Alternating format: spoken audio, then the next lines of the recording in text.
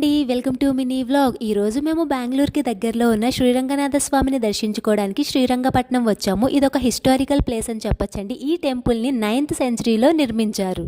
ఈ శ్రీరంగపట్నం ఉత్తర దక్షిణ కావేరీ నదులకు మధ్యలో ఉంటుందండి, ఒక ఐలాండ్ లాగా. కర్ణాటకలోని శ్రీరంగనాథ స్వామికి 3 ముఖ్యమైన ఆలయాలు ఉన్నాయండి. దానిలో ఆది, మధ్య, అంత్య రంగనాథ స్వాములని. ఈ ఆలయాన్ని మాత్రం ఆది రంగనాథ స్వామి ఆలయం అంటారు. గర్భగుడిలో వీడియోస్ నాట్ అలౌడ్ అండి. స్వామివారు పడుకొని ఉన్నట్లుగా దర్శనమిస్తారు. చుట్టుపక్కల చిన్న చిన్న దేవాలయాలు ఉంటాయి, వాటిని దర్శించుకున్నాం అనమాట. ఈ టెంపుల్ అయితే నాకు చాలా బాగా నచ్చిందండి. అసలు పురాతనమైన కట్టడాలు ఎంత అద్భుతంగా ఉంటాయండి. అసలు ఈ గుడిని తిరుమలరాయ నిర్మించారు, గోపురాన్ని కృష్ణదేవరాయ నిర్మించారు. గౌతమ్ మహర్షి ఈ గుడిలోనే పూజలు చేసేవారట. ఒకప్పుడు కర్ణాటక రాజధాని శ్రీరంగపట్నం ఉండేదట. మీరు ఎప్పుడైనా బెంగళూరు వచ్చినప్పుడు శ్రీరంగనాథ స్వామిని తప్పనిసరిగా దర్శించుకోండి. బెంగళూరు నుంచి ఇక్కడికి 2 గంటలు పడుతుంది. ఇక్కడ జూట్ బ్యాగ్స్ భలే బాగున్నాయి. ప్లీజ్ సబ్స్క్రైబ్ చేయొచ్చు కదా. జై హింద్.